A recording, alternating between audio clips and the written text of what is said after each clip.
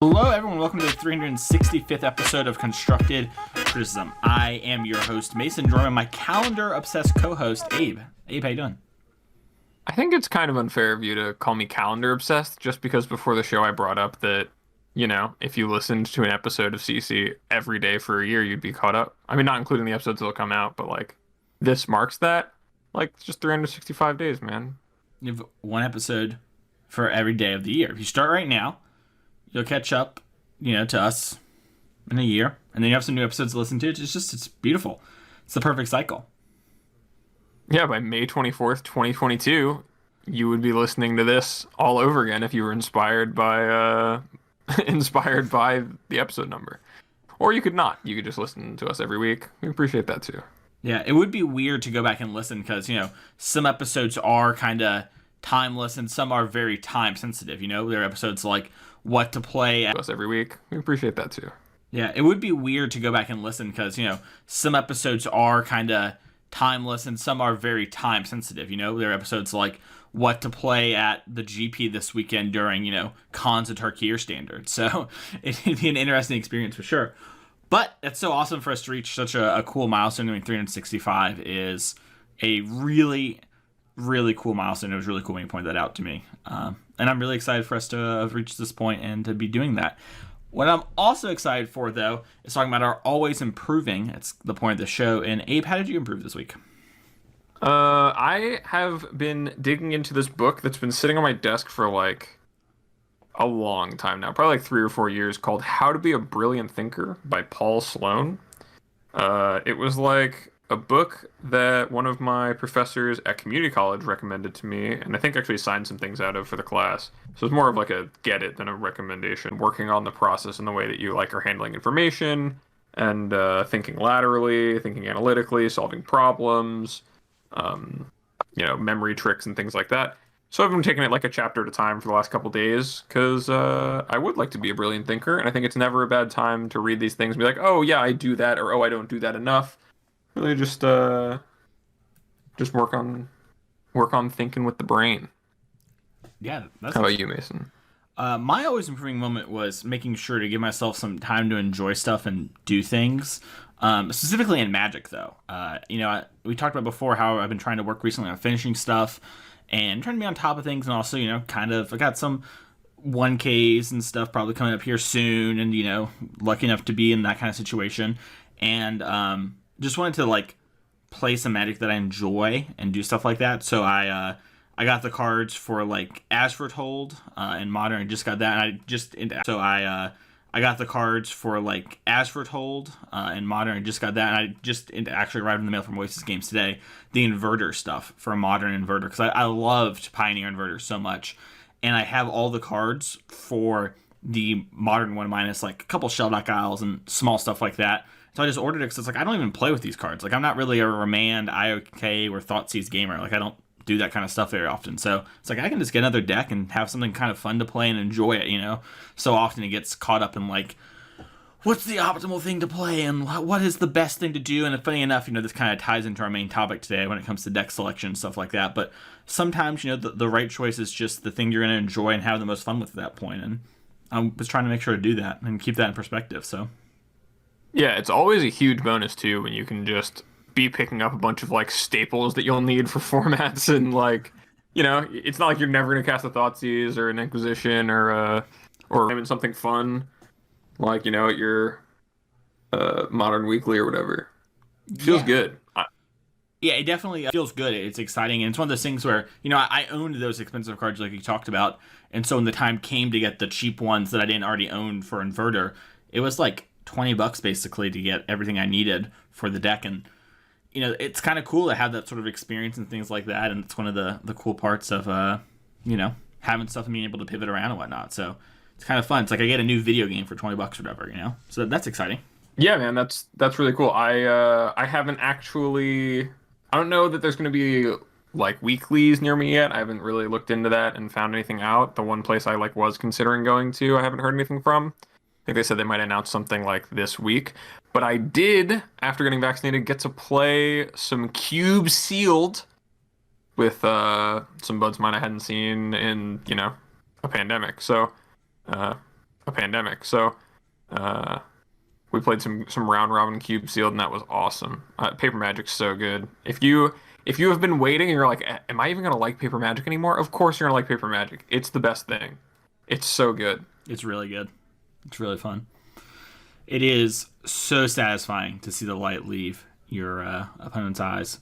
And it's even more fun to see the light enter their eyes when they go to oasisgames.com right now and buy the cards they need. You can go to Oasis Games and pre-order your cards for Modern Horizons 2. And you can use code CCMTG at checkout for your first order to get 15% off. And use code Would That Be Good. It's all those words combined in unison. You get 4% back on every order. And now let you pick up some of this fun stuff that you might be wanting to play with. Get some Void Mirrors. Counter the Hogaaks. Abe, I've been informed that it does stop Hogak. Modern is healing. We can unban Hogak now. It's an exciting time. That's great. Yeah. So... That's great. Yeah. So, yeah, head on over to Oasis Games and pick up the stuff you need there. And if you are not someone who is, necessarily interested in playing some paper modern or even paper Magic in general, because, you can't, or you just really like Arena, but you do like to flex on people with your sick, nasty arts and sick, nasty promo sleeves, or, just want to feel something and get a little arena code action, maybe try to get that rare like Liliana avatar or whatever it was that I saw some people talk about months ago, you can go on over to GrayVikingGames.com, where they will sell you arena codes for exclusive things such as the Secret Lair cosmetics, or pre-release pack codes, all the things you could need to spice up your arena account for dollars and not gems. You've got to grind your daily quests to be able to afford the cosmetics in your daily deal section of the store. All that stuff us arena players are familiar with. You can go over to them and use code CCMTG for 10% off at checkout. It's exciting stuff over there. Another way you can support the show is go to patreon.com/CCMTG. And one of the perks of being a patron, you get to ask a question like this one. Adrian says, how do you know when your deck is bad in a metagame? You lose a bunch. Thanks, Adrian. But I guess there's more to this. How do you know if it's a deck or the pilot? If it's the deck, how do you identify the specific cards and problems that pulls that deck down? And this is a really, I think, great question. It actually, we kind of asked this one a little last minute. We let the ball drop, and Adrian picked a question that works well with our main topic, so I'm happy to have that happen. And I think that a lot of the time, when you're playing a deck, and if you know it's bad for the metagame, I know I memed about it, but you will lose a lot more. And the losses will feel out of your control, and it'll be hard to kind of figure things out. That isn't always the case, but I think that is one kind of clear example. And it's funny because it seems like the obvious answer, right, Abe? That seems like, well, no duh, yeah. Idiot. But a lot of the times in Magic, one of the things that we do is we overanalyze and we overthink, because, when you first start playing, that's your default response is, oh, this deck sucks, that's why I'm losing. And the truth is most likely that maybe that's the case, but if you net deck something that's good, or like a popular deck, it probably has stuff, and there's stuff you need to learn about it. But at a certain point, it kind of becomes like, well, there might be stuff that I could still learn about this, but even with all of that, this deck is still not going to be good. And if it comes down to kind of the specific cards and situations, I think that normally happens more with brews than kind of established decks. But it can happen with established decks. You kind of have to be paying attention to, like, how is this card working? Am I even happy with this card? Would be good in play? And trying to imagine, like, the dream scenario and kind of work backwards from there. It's like, okay, I play this on 2. I named Stomp. My opponent can't do anything. They lose the game, like with Meddling Mage or whatnot, right? And then kind of become a little bit more unrealistic each time when you're thinking about a card if you can't play a bunch. So those would be 2 little things I have to say. What about you, Abe? I think that, a lot of the stuff you said is really true. I think that when you can't tell if it's the deck or the pilot, or you're unsure, something that helps is to just get an outside perspective. Go see, what's winning. Go watch people who are also playing the same deck as you, or, who you think know a lot about the format, and ask them about, like, what they think about, like, the positioning of these decks in the metagame. Think about the common interactions that you're running into. Like, I think that for a while, in the most recent standard format, I was playing Sultai, and it just felt like everyone had mystical disputes, and in the most recent standard format, I was playing Sultai, and it just felt like everyone had mystical disputes, and most of my deck was really weak to mystical disputes. So I was like, that's an interaction that is like keeping me down. The fact that that card is so present is making it so that my deck doesn't really feel very good. And in the same way, like cycling is not very good when people are playing a bunch of Elspeth Nightmares, right? So maybe if you're a cycling player and you start running into that card more and more, you're like, okay, well, like that is what's happening to me, that is like, or that's the reaction the metagame's having to me existing, and that's starting to pull like my deck to a worse positioning just based on like the small stuff like that. I usually try to just break it down to play patterns a lot, and that's something that there are cards that people will play, especially in standard. There'll just be cards people play to try to make one type of play common theme that's happening in people's decks, and so trying to identify which side of that interaction you're on and then being somewhere else. I think there's a Paul Rietzel tweet a long time ago, probably like 3 or 4 years, where he was like, if you want to win or you want to like pick a good deck, look at what everyone else is doing and trying to interact with, and then pick an entirely different axis to like fight on, and you avoid getting hated out by all that stuff, right? So Yeah, just think about the things that are happening in your games, like the plays that are happening, and if you like can't tell if it's you or like a card that you're playing or something else, it's a good time to get an outside perspective and see what other people are doing. Because if someone else is winning with a deck you're losing with a lot, maybe they're a better like rogues pilot than you, and they're doing some things differently in matchups that you're losing, but they're winning. And you can learn a lot from them and how they're managing to win those. Yeah, 100%. I have a great example of what you talked about, where a common interaction point in the Zendikar standard was 2 toughness. We had Bone Crusher Giant everywhere, and then we had Soaring Thought Thief everywhere, which admittedly in the early game didn't punish you as much as the Bone Crusher, but they did scale poorly into the late game against rogues. And it was just very hard to play creatures that were X2s. Like, they were not allowed. They're kind of illegal. So if you're playing a deck, right, and you're kind of going to this format, you need to be paying attention to, like, what the points of interaction are and, like, where the crux in the turn, like, the crux of games are happening in the turns where things matter and where things are vulnerable. And turn 2, 2/2s and lower were just very weak and continue to be pretty weak. And they need to have some sort of insane value, like Edgewall Innkeeper or Thieves Guild Enforcer, or have haste in a way to really get in damage instantly. Kind of like Soaring Thought Thief Flash is basically haste, but also, Brushfire Elemental had haste. And so you can look at those. It's a really great way to kind of think about it and then adapt your deck to that. So it's like, okay, if my deck's really weak to Path to Exile and it's the most popular card in Modern, it's in like 50% of decks or whatever, probably try and play some hexproof creatures, like try and pivot away or play a strategy that doesn't have creatures. So I love that Rietzel quote, and I think that's good. That's probably also something, Abe, real quick, that we could probably do an episode on, is like interaction points and kind of that sort of thing. That might be a really fun one to do someday. Yeah, I think it would be something. Maybe that's something we should do for like a Patreon video, like go and do an in-depth breakdown and like break down how you pick those things out, because it really is like a lot of the stuff where you feel like you figured out something and you get a big edge out of what you know in a format comes from just understanding the play patterns really in and out, at least in my experience. Yeah. And so I remember Drumica's knowing how to do that is huge. Yep, it's a big one. Which card? Drumica's command standard. I remember like it was a big level up moment for me where like they were playing the Esper Dragons deck, and like that card was very good against, like, there wasn't a whole lot of removal in the Dromica command decks, right? And so you kind of blanked a card. Yeah. Obviously, that card could +1/+1 always, no matter what. But that's not really what you want in your deck. So I remember that being a thing for me in the past. That was kind of that level up moment. But thank you so much, Adrian, for that Patreon question. Hopefully that was helpful. Hopefully that helpful to other listeners as well.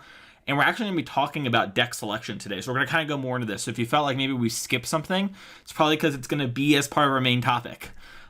So we're talking about deck selection today for the show, and we kind of want to lay some groundwork because it's a pretty easy answer to a lot of this for a lot of players. And if you want to play Magic to have fun and do whatever, I would pick the deck that you're going to have the most fun with and go from there. And just, it doesn't really matter, you know? If you're just going to play your weekly Modern tournaments, whatever, Inverter's going to be a fine deck. You're probably going to 2-2 at worst, you know, and that's fine. Maybe 4-oak some weekends. You're going to have a great time. That's what I plan to do here in a couple weeks. And that's kind of have a great time. That's what I plan to do here in a couple weeks, and that's kind of a thing. But we're gonna talk about this under the lens of competitive Magic tournaments and stuff like that. So I just wanted to lay it out there that we're not going to mention that sort of casual stuff, but if you're wanting to just play Magic and have fun, and there are other parts of your game you're trying to improve by listening to the show, don't worry. Just pick a deck that has fun. You don't have to always min-max everything. But now that we've laid that groundwork, Abe, where do you kind of start when it comes to the process of deck selection, and what do we mean by deck selection? When it comes to deck selection, which is, you're just picking the deck that you think in that tournament is going to have the best win rate against the field you expect. It's kind of its own, like, when we talk about metagaming, like, that is the whole game within the game of Magic, or like outside the game of Magic, where it's bigger than just the games of Magic. It's bigger than just the games of Magic you play against opponents. It's all of the decisions you make outside of those games of Magic to give yourself an edge in what you expect. Okay, awesome. So, let's say we have a big tournament coming up. We have a Grand Prix. We're pretty far in the future. We're excited to play our first Grand Prix back. And we kind of looked at the metagame, and there's a deck that's just very, very good. It's probably the best deck. I think a good example of this might be like Hogak. Should you just play the best deck? Should that be the thing in a format kind of like Hogak? Yeah, there's a lot of things that I think can really change that answer. Like, it's not always absolutely correct to play the best deck. There's a lot of different philosophies I've heard from players who I really respect and who I've kind of disagreed with in the past, but come around to their thinking. But I would usually, so long as you understand the mirror and you feel like you are going to be able to play it very well, if you would only have time to invest in one deck and pick it and play it and understand it, picking the one that is the best deck is the best deck for a reason, and you should do that. Yeah, I think that's true. How do you feel about this statement? This is kind of a controversial one that I kind of have with some people sometimes, I should say. And it's the best deck by a lot statement. So basically, in Hogak, it was the best deck by a lot. All the data's kind of proven that, time shown it. We know that to be a definitive statement. But sometimes there's the best deck, and it's, better than other decks, and it's very good. But it's not maybe the best deck by a margin. I think a good example of that is near the end of the Urza lifespan, right before Mox Opal got banned. We saw Harlan Fear and Zach Allen kind of, and Drake Sasser go to the SCGs and play this kind of Bant deck that was more Oko focused, less so Urza and Oko combining, and you kind of played this flash game with interaction and that sort of thing. And that deck was also very, very good and put up a lot of really great results across Modo and SCGs during that time. And that's an example I think of. This is maybe not the best deck. Maybe it is. Maybe if we could have played forever, we'd have figured out it was. But it's really close. Should I play the deck that maybe is perceived slightly worse because I think it's better? And how do we go around that process, et cetera, et cetera? And what do you think about that statement? I think that, yeah, it's definitely when you have a deck that's the best deck, that what that really means when you say that is that it has the best matchup spread against the expected metagame, right? It means that you expect it to perform the best over if it played against every deck you expect to play against over, if it played against every deck you expect to play against over, 1,000 matches, in playing against those decks in the same proportion that they're represented on Goldfish or whatever you're using as your data source, right? That it's going to come out with the most wins, probabilistically. That's what you're saying, and that can be true either because the deck is just the only deck you should be playing, and it's Memory Jar or whatever, right? And it's so good that playing anything else is a huge mistake. Or it can be the case that it's the, I don't know, there's the Teamer Energy standard where it was that, and then there was also an argument for playing Ramanap Red, and because of the existence of the blue-white approach deck. That kind of formed a triangle where it was just better to play the Teamer Energy deck because none of the decks were that good, I guess. Teamer was the best of them, but you could play Red or play this other deck and still do fine, a terrible choice. Or like the Mardu vehicles 4-color Saheeli format was similar too, where it's like, yeah, you could play Mardu vehicles, and there was an argument that that was the best deck, and you should just play Mardu. But there's also an argument that 4-color was the best deck and was actually being slept on or whatever. And so it depends on each deck's like own power level and how it lines up against the things you expect to play against. There's like, I don't know, a few times where by the time a format has fully developed past like the first couple weeks, you start to see things like, oh, is Aetherworks Marvel the best deck, or is it some deck with Spell Queller, right? Like,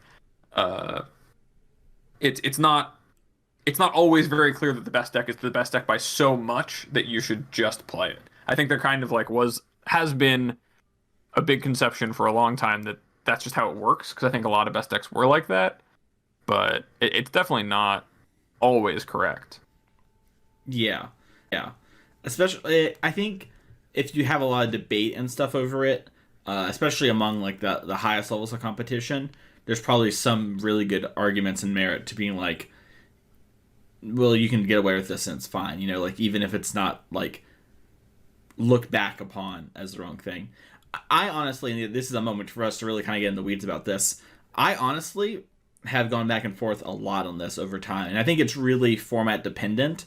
And so I'm really hesitant to give listeners the wrong answer, but I can tell you this: that back in my day when I played Vanguard a bunch and I was going to nationals, there was a deck that I was really really good with, and there was another deck that was just very clearly the best deck, and it wasn't.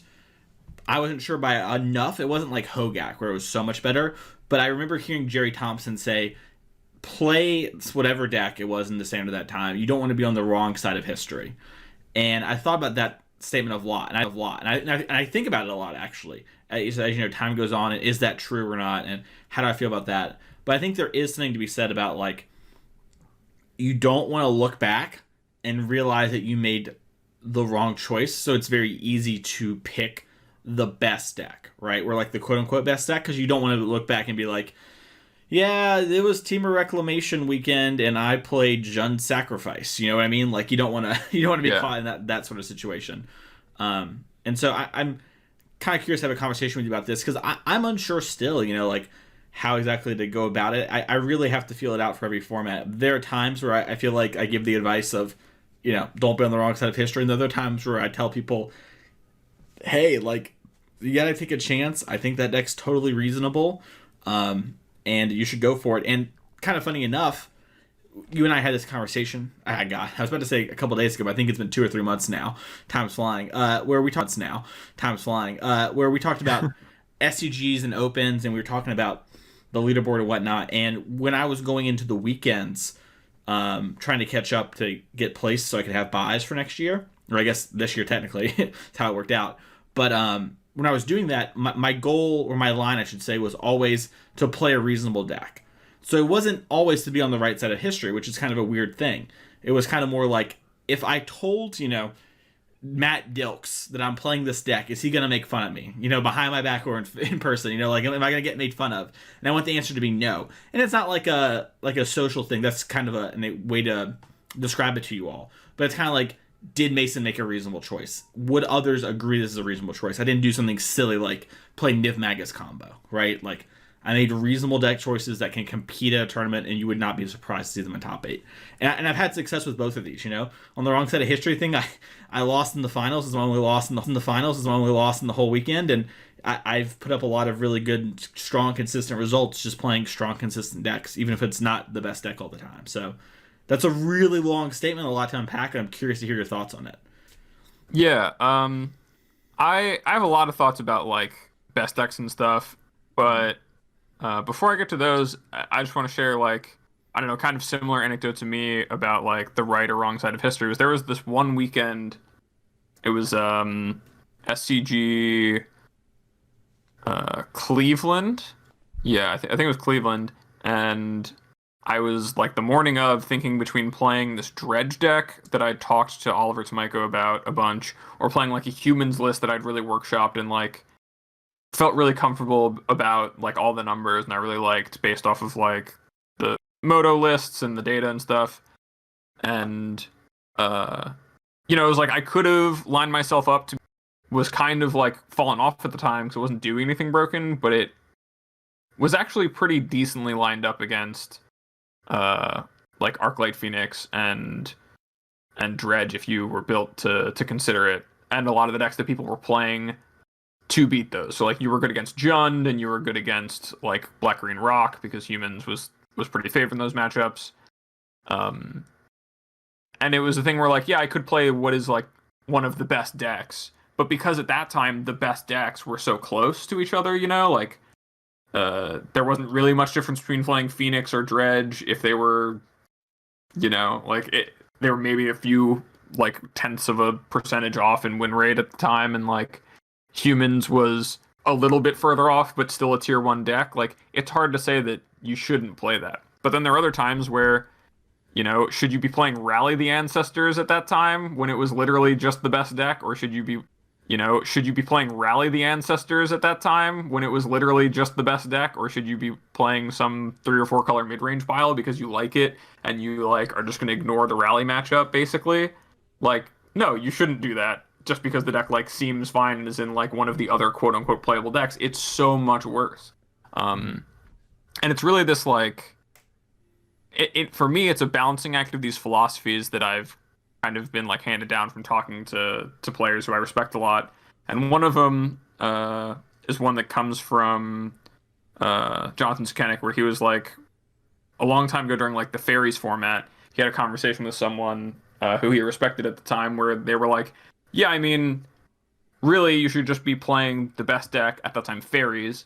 Like, you should be playing Fairies and learning and understanding the mirror match, because even if you don't really know every other matchup really well, it's the best deck for a reason. It's deck for a reason. It's going to carry you out of those situations, right? Like, your deck is just going to be better, and so that's going to get you some amount of the way. And when it's like that, it's really different than when the best deck is like, you know, Dredge or Arclight Phoenix. And I think about what, like, some conversations I've had with Zach Keeney and Kellen Pastore. Zach Keeney, of course, was in Rivals this year and pretty close to the top of the leaderboard on that. Kellen Pastore, like former Platinum Pro before the MPL existed. And like they believe, like, you know, their philosophy is I never want to play a mirror match. Right, like they just don't want to be in a position where the deck that they're playing is one that they're going to have to play a mirror match every round, because you lose so much potential for an edge there. And so really when it comes down to it, when you're picking your deck, it's kind of a balancing act of those two, right? You need to know how much further ahead am I going to be in all the matches I play that aren't mirror matches versus the matches onto it. When you're picking your deck, it's kind of a balancing act of those two, right? You need to know how much further ahead am I going to be in all the matches I play that aren't mirror matches versus the matches I'm like going to play that are, when it comes down to it, at least when I think about it. And it's never, the answer isn't always the same, right? It's really subjective. It comes down to what's going on in the format around you and what exactly you're talking about. But you know, knowing how to think about the problem, I think is almost more important than, you know, the definitive answer of what you land on personally, of like, I'm just always going to play the best deck, I'm going to grind out all the mirror matches, I'm going to know what's going on, I'm going to innovate it, try to figure out how to like trump people in these matches. Or if you're someone who say, I like am going to understand there's a best deck and pick something that I think attacks the format in a good angle and like kind of go rogue and beat all the people who are playing this deck, which is kind of what it feels like happened with that Oko Stoneforge deck. People who had solid plans for the Urza deck and knew what they were doing, right? Mm-hmm. Yeah, for sure.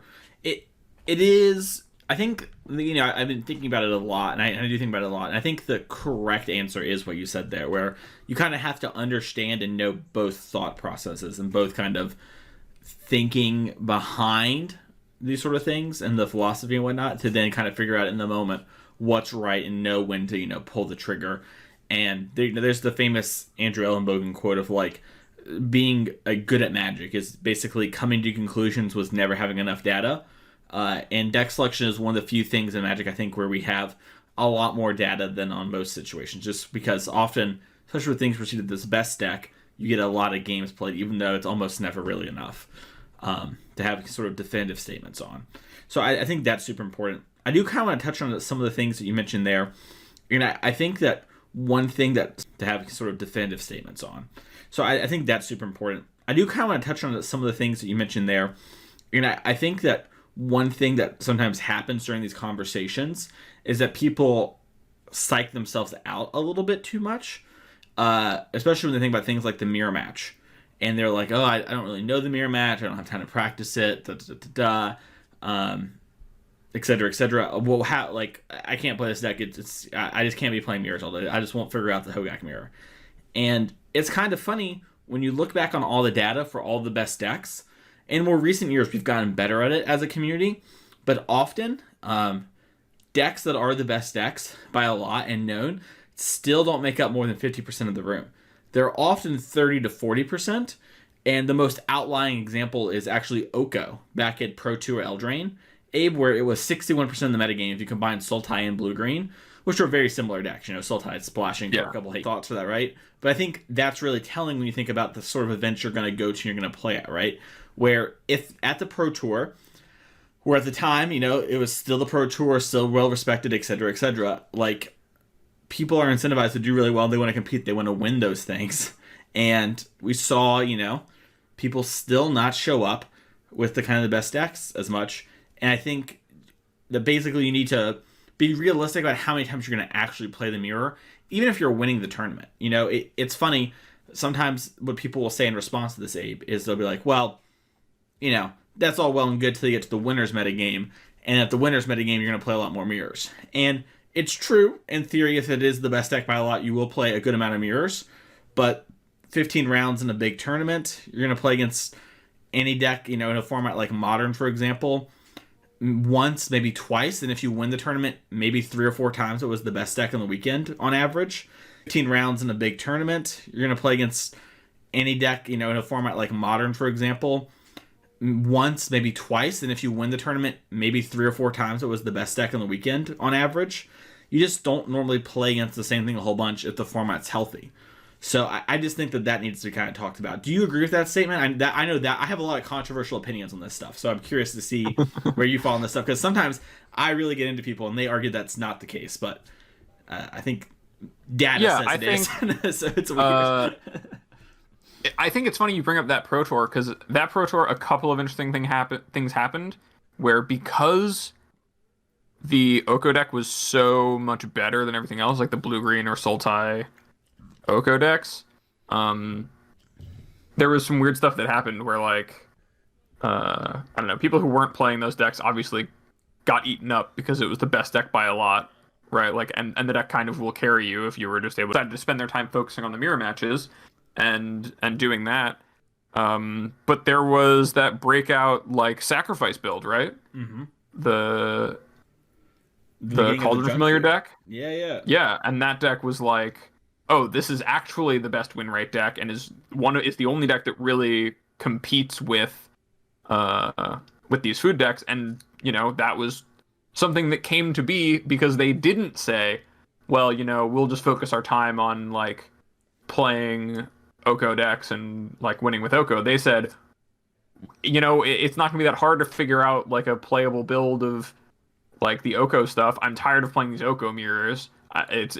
I'm not getting anything out of doing this and preparing.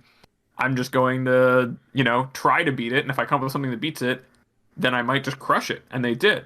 So, you know, like, I don't know. And anecdotally for myself, like, I don't know. And anecdotally for myself, like, I remember the Rally format very specifically for this, where Rally Ancestors was the best deck. Everyone I was talking to was saying it was the best deck. I was talking to, like, I asked, like, Noah Walker what I should play. I asked my friend Akash, who I'd helped prepare for, like, a couple Pro Tours ago. Akash is a Valorant homie. Shout out to Akash. Yeah, shout out to Akash. Really a true wet dad at heart. And only, like, him and I guess, like, 10 other people know what that really means. Yeah, I did but yeah, like, for a second. That was extreme. Yeah, no, but, like, that was just, like, he told me to play Rally. He lent me the cards on Moto to, like, practice a bunch, and I showed up to the RPTQ, where you would think that people would show up with the best deck and trying to win. And I played a Rally Mirror once. I was one of, like, 3 people in the event who was playing Rally, I played a rally player once for rally. I played a rally player once for the invite. And like, a lot of people showed up with ramp because it had like a decent rally matchup and was good against the mid-range decks. But a lot of people were just not going to engage with it and not going to play it and played all these other solutions rather than just playing what was far and away the best deck because they were intimidated by some aspect of it, be it the mirror matches or the play skill or, just the difficulty of playing through hate. The cost as well. Whatever. It's a really prohibitive factor for best decks. Like that was, at the time when the JVPs were like, I mean, I don't know if that build played JVP, but cost plays into these factors, right? Yeah. And I think too often people don't think about these factors, like you said, and they don't think about that stuff. And so they're like, this sounds miserable. This weekend's going to be all, Hogak mirrors or whatever, right? And it just almost never plays out like that. Very few people actually walk out of the room with that experience. It's one of the cool things about paper tournaments. The cool thing about paper tournaments. Yeah, and I don't know, you can try I think it happens a lot less online where cards are a lot more easily accessible. That like people don't get priced out of decks, but I don't know, you always gotta assume that, a best deck isn't gonna be literally every round, but it's going to be if you're trying to win the tournament, I would certainly expect that I'm gonna have to play at least one mirror match against one competent player, right? Like it doesn't feel uncommon to me that if the deck is that good, I'll play against it in top 8 or top 4 if I make it that far, or even the finals. So, knowing what you're doing is very important. But also, it's not like you can just expect that you're literally going to play, 15 mirrors at a Grand Prix before you get to top 8. That's never how it works. You've always gotta be prepared, and I think that a lot of the wisdom that's been passed down from generations to generations of expect the unexpected in a certain way and be prepared for anything. Choosing broad things for big fields over really narrow things is a good practice to have when you can afford it. And knowing how to play out a game that is off the beaten path of games that you've experienced before with a deck is also really important. And that's why experience, I think, really matters, is because you know how to operate what is a complicated machine of cards working together to be bigger than the sum of its parts. I agree 100%. Let's kind of talk about, though, how to know when to take the big chance. Well, when I wrote this down, we were kind of thinking about it. It's kind of like, Abe, how do I know when to pull the trigger, though, on the risky deck? Because so far we've talked a lot about two things, right? We've talked about the best deck and like maybe the second best deck, On a weekend with Pioneer's first big tournament, there was a lot of buzz going into that tournament, like the day before, like, oh, there's a possibility storm deck. Maybe this thing's good, How do you know when to take those kind of shots? Because that's something that I think a lot of players struggle with, and when to hold them and when to fold them. So. I don't know about you, Mason, but when it comes to making decisions like that, it's a lot of how confident I feel about making that decision and like how much I'm willing to be wrong, right? Like I'm going to take a risk. I need to be willing to lose. And also, how much time have I put in to feeling assured that that is like a decision I should be making. Like, if you are, I don't know, I think about Zach Allen because he played that Esper control deck and clowned me in that Cleveland tournament I was talking about at 9-0 on the start of day 2. But if you're Zach Allen, I don't know. I think about Zach Allen because he played that Esper control deck and clowned me in that Cleveland tournament I was talking about at 9-0 on the start of day 2. But if you're Zach Allen, you were like, I don't know, man, I don't want to play any of these decks. These all suck. I don't like playing Phoenix. I don't like playing like humans. I don't like playing Dredge. I'm just gonna try to build something that beats all those things, and so I'm gonna build an Esper control and plays cards like, so I'm building Esper control. And he built Esper control and figured out all his plans and was like, yeah, I'm gonna run it. And he's kind of a lunatic in that way because most people would never do something like that. It seems not sane. But Zach Allen really is a lunatic. You're crazy, bud. Yeah. Much respect, but crazy. Zach knows I have a lot of respect for him, but man, you're wild, dude. I don't know. Yeah.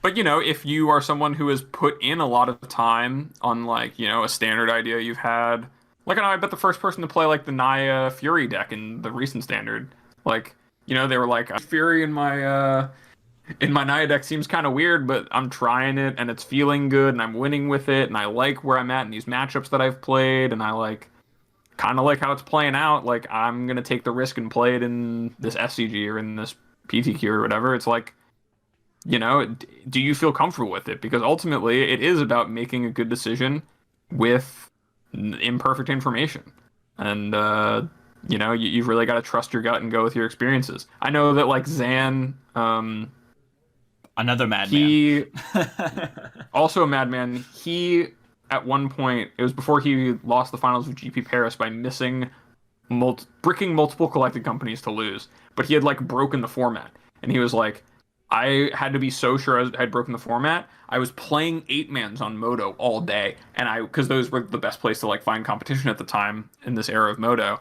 He was like, I'm playing 8-mans all day, and I'm winning all of them. I like haven't lost one in like 3 days. I've like been triple queuing them, playing them for like 8 hours a day. I can't lose. I invite my friends over. We're like talking through the games. I'm showing them what's going on. I'm winning and winning and winning. And he was like, so I bought a plane ticket to Paris to go play the GP because I was so confident that my deck was just beating everything. It was the best deck in the format for sure.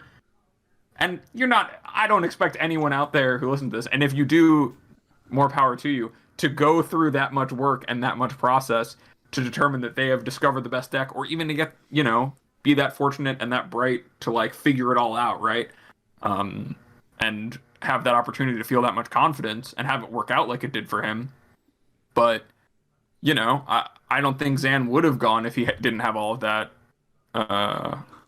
that data showing that he was beating everything, playing against players who were equally motivated as him, Force knew how to beat everything, and it was working. So if you're feeling like that is what's happening with you, you're playing a deck with it a lot, you're winning with it a lot, especially in places where people talk about they're losing a lot, and it feels like you're maybe doing something different, or you're just not making a lot of mistakes you see other people make, you know, then take a chance with a deck that other people are down on. Because, you know, if you never take those chances and risks, then you're never going to get the opportunity for the rewards of those risks. Yeah, the thing about this that kind of sticks out to me, and I like a lot of what you said there, is I think about this, but on a card by card choice, and I think this happens a lot for sideboards. You know, people are like, oh, I don't know about this plan or these cards in that matchup, and that's kind of a small version of the deck selection thing, right? Like, if you're like, oh, I don't know how Infect is in this metagame, etc., maybe there's some stuff. Infect is a deck that, you know, if you pick the right weekend and you play tight, if you're like, oh, I don't know how Infect is in this metagame, etc., maybe there's some stuff. Infect is a deck that, you know, if you pick the right weekend and you play tight, it will reward you very well. Infect is very punishing to the things it's good against, and when played well is, you know, very hard to beat. And there's a lot of play to the deck even when you don't have good cards in your hand, right? So there's a lot to something like Infect. And you have to know when to take those shots. And like Abe said, you have to know and be okay with the fact that that shot might not pay off. And you have to be willing to take that sort of chance on your tournament experience, your tournament life, as it were. When you die in the game, you die in real life, of course. That's how every meta tournament works. Yeah. Yeah, obviously. And you have to be okay with that. And you have to be willing to take that sort of chance and that sort of risk for the tournament. And sometimes those things pay off in spades. And sometimes they don't. And it's really a big learning process and trying to figure it out. But you have to be kind of confident. And hey, choices that will help infer you for future good for future good choices. So I'd say go out there, hit the pavement, and do that sort of stuff. And don't be just taking every, you know, 100 to 1 odd chance you have. But, you know, be willing to take a couple bets and a couple risks here and there. And that goes for in-game as well. For what it's worth, I think a lot of players are afraid to make risky plays, and they lose a lot of games that they're not going to win if they don't make those plays. But they're scared in the moment of losing a game. The last thing I think that I want to talk about, I don't know how you feel about this, but how do you know and how do you go about picking a deck when everything's kind of even?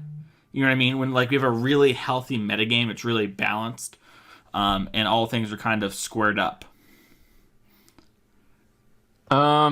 That is a good question. When things are like kind of static and kind of feeling the same, I have a couple of things that I'll do. So like this actually came up recently with the I played the Pioneer Challenge this weekend, which actually fired for once.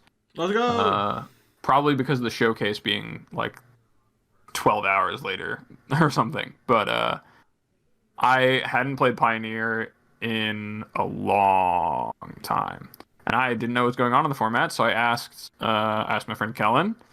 I was like, "Hey, you keep up with the formats. You know what people are playing. What should I play in Pioneer?" And he kind of knew better. The format's kind of in this like big rock paper scissors deadlock, and there's also not a lot of incentive to like really innovate. So it's kind of going nowhere right now. But he was like, "Yeah, you should play this deck." It was Enigmatic Incarnation deck, which is pretty sweet. He was like, "Yeah, like it can uh grind with the Niv decks if you play against them. It like never beats Lotus Field, but like none of the good decks really beat Lotus Field anyway." And it like is like pretty good against these kinds of aggro and bad against these other kinds of aggro. And like if you're just looking for something to play, like try this list out. And so I played it, and I like top 32. It was a lot of fun. But if I was taking it more seriously, I probably would have. If I wasn't going to go to someone who I thought had an expertise on where the format's at right now, right? I would be picking a deck for the long term of like, okay, I like because I feel comfortable with, I like playing decks that are like this, right? Or like I know the kinds of losses that I can stomach taking a lot more. Or like, if I'm someone who like loves to play burn or like play the red deck, but hates it when like my opponent just has like an Omnath and gains a billion life and loses, if that's miserable for me, I'm not going to play the red deck because that's going to happen to me. But if I'm someone who like would much rather have it come down to, you know, they're interesting to you and that you'll enjoy and that you'll understand how to navigate well and just optimize for you playing your best. Because that's really like the only other edge left to be gotten. If all the decks are like equal against the field, then you should really be doing what will make it so that you are getting an edge over other people, which is probably going to be what makes you have the most fun doing it. Yeah, I agree with a lot of that, and I would say the thing I would add is I would try to err on the side of consistency above all else. The format really is healthy and it really is pretty equal, and maybe there's something that's secretly a little bit better than the rest. I try to have the deck that's the most consistent and does its thing the most often, because at that point, having non-functional draws becomes the thing that will hurt you the most. So if you're in a really healthy format, you might not want to play your 3-card combo deck that's kind of hard to assemble. Maybe that's really good in an environment where spot removal isn't a thing, right? Where counterspells aren't really a thing. But in formats where things are healthy, you might not want to play your 3-card combo deck that's kind of hard to assemble. Maybe that's really good in an environment where spot removal isn't a thing, right? Where counterspells aren't really a thing. But in formats where things are healthy, you might just want to be like, hey, I just want to play as many real games of Magic as I can. And part of that is, what Abe said about Stomach King stuff, right? Like, I don't want to pick a deck that just gives up on me and makes it so I can't play in this tournament when this tournament's kind of promoting fair, good Magic, we're equal playing field Magic, I should say. So that's kind of my thoughts on it. I think that's going to do it for here today, Abe. Is there anything you wanted to say to the listeners about deck selection before we wrap this up, or are you good to go? You've got this all locked in and you picked your deck for today? I don't know if there's really much more to say other than, if you're someone who's approaching a format, it really depends, as it always feels like comes back to, it depends on your goals. If your goals are to win and play the thing, all the decks and blah, blah, blah. But if you're someone who, I was talking about in the Discord, I was like, when paper things come back, I might just want to cast my Snapcaster Mages in Modern because they're awesome. And I like doing it. And so I want to do that in the best way I can because I like doing it. It really depends on your goals and what comes down to how you should pick a deck. But I don't know, I just hope that this gave you, all of you who are trying to think about how to optimize picking the right deck for the right time in a tournament or in a metagame, what to pick up and learn, things to think about. Awesome, yeah. Thank you all so much for listening to this week's episode. If you want to find me on Twitter, you can find me at Mason E. Clark. You can find me on Card Kingdom each and every Thursday writing about a topic. This week it's Modern Horizons 2, so head on over to Card Kingdom and check it out there. And you can find Abe on Twitter at More No Things. Thank you all so much for listening. We'll see you all next week for another episode of Constructed Criticism.